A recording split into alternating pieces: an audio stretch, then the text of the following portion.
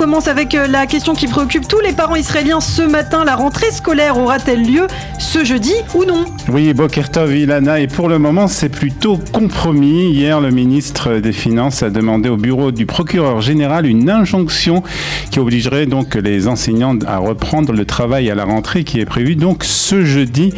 Et pour parler qui vise à éviter une grève du syndicat des enseignants israéliens sont toujours dans l'impasse.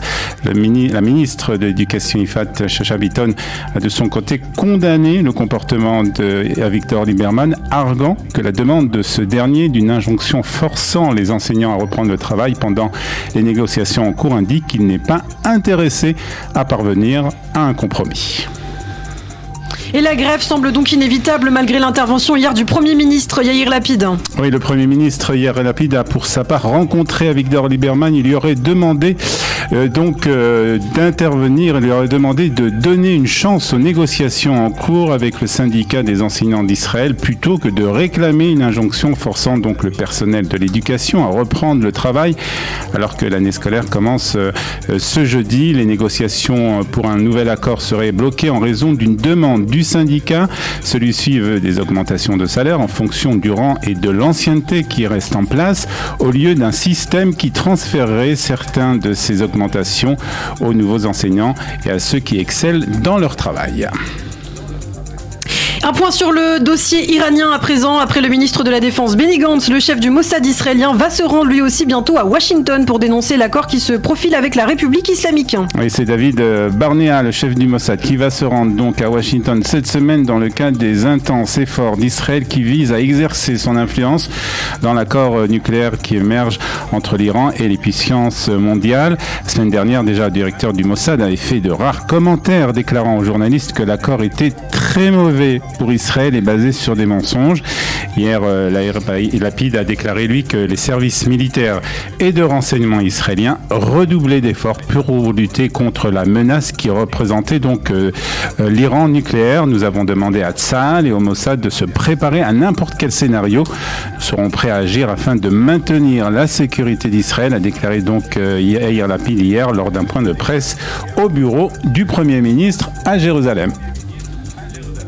Et par ailleurs, le Premier ministre et le chef de l'opposition doivent se rencontrer aujourd'hui pour discuter de ce sujet.